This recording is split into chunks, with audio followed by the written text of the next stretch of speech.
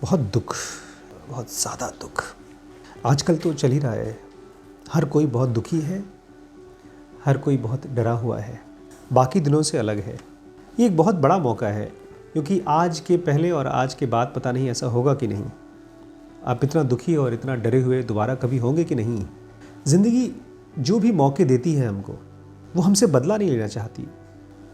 वो हमको एक कंडीशन में डालती है। जैसे चाय बनाते समय चाय की पत्ती पानी में डाली जाती है, आलू के पराठे बनाने के लिए आपके कुकर में आलू डाले जाते हैं, वो सॉफ्ट हो जाते हैं। ऐसे ही ज़िंदगी हमको अलग अलग कंडीशंस में डालती है। उन कंडीशंस से लाइफ क्या चाहती है। हम तो दुखी होते हैं, ठीक है, हम डरते भी हैं। हमारे आसपास कोई मर गया, बहुत दुख होता है। उस समय भूल जाता है कृष्ण की ये बात। कौन सी बात? याद है कृष्ण ने क्या कहा है मरने के बारे में? एक श्लोक अगर आपको कृष्ण का टच कर जाए, ये टीचिंग अगर आपके रोए रोए में घुस जाए, आपके डीएनए का पार्ट बन जाए, तो दोबारा कभी आप दुखी नहीं हो पाएंगे। बड़ी मुश्किल होगी, दुखी करना अपने आप को बहुत मुश्किल होगी। क्या कहा है कृष्ण ने मौत के बारे में? अभी रिसेंटली मैं ज़रूर एडवांस में यही बात कह रहा था और रिम्पी से भी कह रहा था। कल मेरी माँ से बात हो रही थी, उनसे भी मैं यही कह रहा था।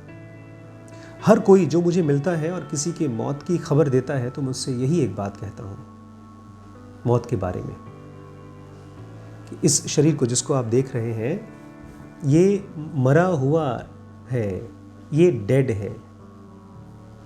चलता फिरता है, आंखें झपकती हैं, दिल धड़कता है, सांस चलती है, खाना खाता है, लेकिन ये बॉडी अपने आप में डेड बॉडी है। जिंदा कोई और चीज़ है। यही तो कृष्ण कहते हैं अर्जुन से। जिन लोगों के मौत के बारे में तुम सुन सुन करके, सोच सोच करके विषाद कर रहे हो, दुख मना रहे हो, शोक मना रहे हो, वो इस लायक नहीं है।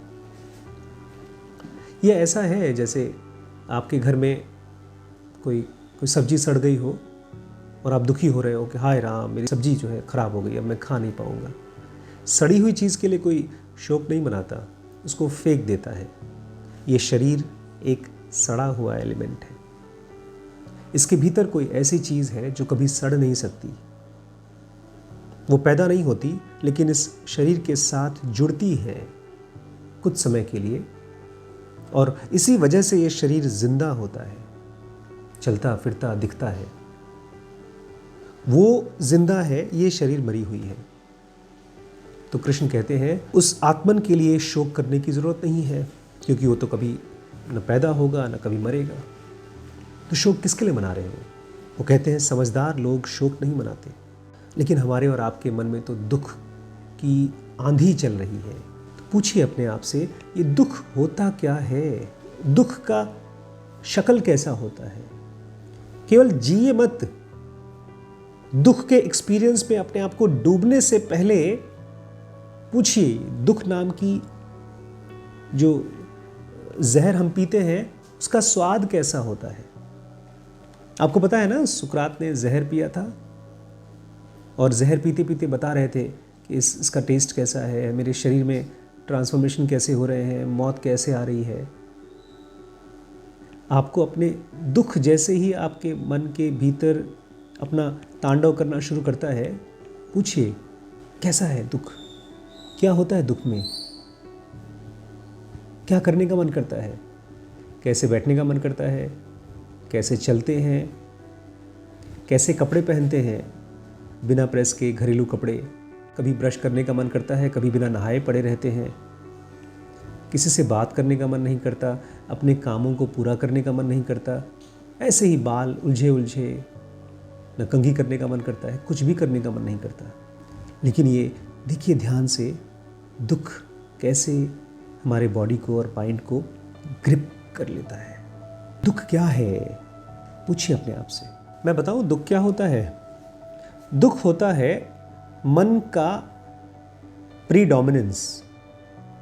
जब हमारा मन किसी भी बाहर की घटना से या अंदर की घटना से बहुत ज़्यादा भारी हो जाता है, उसको बोलते हैं दुख। लेकिन आप तो स्पिरिचुअल लोग हैं, आप लोगों के लिए दुख कुछ और है। एक स्पिरिचुअल आदमी के लिए दुख मतलब जहाँ वो है वहाँ से उसकी आखिरी स्टेज तक, एनलाइटमेंट की स्टेज तक बीच का रास्ता, एवोल्यूशन की एक स्टेज। जैसे एक छोटा बच्चा होता है, बचपन में चल फिर नहीं पाता है, उसके बाद थोड़ा सा प्री एडोलेसेंट स्टेज में आता है, फिर धीमे धीमे एडल्ट हो जाता है। तो उसके बचपन और टीनेज की जो लाइफ है वो एक स्टेज है कि मन में दुख का भारी हो जाना आपके लिए एक स्टेज की तरह है, एक स्टेप की तरह है। अगर इस दुख को, अपने डर को ध्यान नहीं दिया गया तो दो चीज़ें हो सकती हैं। अगर ध्यान नहीं दिया गया तो ये बढ़ता बढ़ता बढ़ता भूत बन जाता है, मॉन्स्टर बन जाता है। एक दुखी आदमी कौन होता है? एक डरा हुआ आदमी कौन होता है? एक ऐसा जिसके साथ आप रहना नहीं चाहते, अपने साथ नहीं रहना चाहते। इसलिए बहुत से लोग दुख में खुद को ही ख़त्म कर देते हैं। ये क्यों होता है? बिकॉज उस दुख के साथ हमने कुछ किया नहीं। क्या करना है दुख के साथ? उसके बियॉन्ड जाना है। दुख से बियॉन्ड, थॉट्स से बियॉन्ड, माइंड के बियॉन्ड जाना है। कैसे जाएंगे? इसके लिए आपको एक बात बहुत गहरे से समझनी है। ये है कलम। प्लास्टिक की है, लिखती है, लेकिन लिखता क्या है? इसके अंदर स्याही लिखती है। ये स्याही ख़त्म हो जाए तो ये कलम नहीं लिख पाएगी। हमारे मन के अंदर में भी दो अलग अलग चीज़ें हैं। एक है थॉट्स, थिंकिंग, और दूसरा है कॉन्शियसनेस, चेतना। ये दोनों अलग अलग हैं। आपको ये समझना होगा कि थिंकिंग हमारे कॉन्शियसनेस का, हमारे चेतना का बहुत छोटा सा काम है। वो बहुत कुछ कर सकता है, लेकिन ये जो काम है, थॉट प्रोसेस, जो दिमाग में 24 घंटे चलता रहता है, उसका बहुत बहुत बारीक सा, एक सिंपल सा काम है। विचार बिना कॉन्शियसनेस के, थॉट्स बिना कॉन्शियसनेस के एग्जिस्ट नहीं कर सकते, लेकिन कॉन्शियसनेस, चेतना बिना विचारों के भी रह सकती है। मैंने क्या कहा? कॉन्शियसनेस थॉट्स के बिना भी रह सकती है। और यही है आपके दुख का सीक्रेट। अगर आप फ्री होना चाहते हैं दुखों से, तो आपको ये पूछना होगा, मेरी कॉन्शियसनेस विचारों के बिना जब रहती है तो कैसी होती है? फिलहाल आप दुखी हैं, उस दुख को कैसे पहचानेंगे? विचारों का दिमाग में घूमना और बहुत स्पीड में घूमना, बार बार एक ही थॉट, और वो थॉट फिर इमोशन क्रिएट करता है, उसकी फोर्स फिजिकल बॉडी में डिस्पर्स हो जाती है और फिर वो आपकी बॉडी एक्शन के रूप में बाहर निकालती है। अपने आप से पूछिए, अपने विचारों को देख देख करके, ठीक है मैंने देख लिया इन विचारों को, लोग मर रहे हैं, लोग मरेंगे, लेकिन क्या इसके अलावा भी कोई कॉन्शियसनेस है? थॉट्स के बिना भी कॉन्शियसनेस रह सकती है, कॉन्शियसनेस के बिना थॉट्स नहीं रह सकते। ये एक मंत्र है। जब मैं आपसे कहता हूं कृष्ण की बात, तो मुझे अपने कॉन्शियसनेस में दुख नहीं दिखता, मुझे डेथ नहीं दिखती, मुझे एक फिजिकल बॉडी के अंदर वो चीज़ दिखती है जो कभी मरती नहीं है। अभी करीब 4-5 महीने पहले मेरी एक बहुत ही क्लोज माँ जैसी थी, उन्होंने अपना शरीर छोड़ा। बहुत खूबसूरत तरीके से शरीर छोड़ा है। उनको पता था वो जाने वाली हैं, और जब आखिरी मोमेंट था, उनके चेहरे पे कोई डर नहीं था, केवल मुस्कुराहट थी। कहाँ से आता है बिना डर का स्टेट? एक कॉन्शियसनेस में से आता है। विचार तो केवल डरना जानते हैं। सोचिएगा मत। सोच के अपने डर को ख़त्म करने की अगर आप प्लान कर रहे हैं तो एक यूजलेस प्लान है वो शुरू से ही फेल्ड प्लान है। आप कुछ भी सोचकर, किसी का भी कोई प्रॉमिस लेकर के, कोई भी तरीके से थॉट्स के ज़रिए अपने कॉन्शियसनेस को नहीं एक्सपीरियंस कर सकते, अपने डर को ख़त्म नहीं कर सकते, अपने दुख को डिज़ोल्व नहीं कर सकते। केवल एक ही चीज़ है जो दुख को डिज़ोल्व करती है, और वो है कॉन्शियसनेस। और कॉन्शियसनेस का आवाज़ कैसा होता है पता है? उसकी शक्ल कैसी होती है पता है? साइलेंट।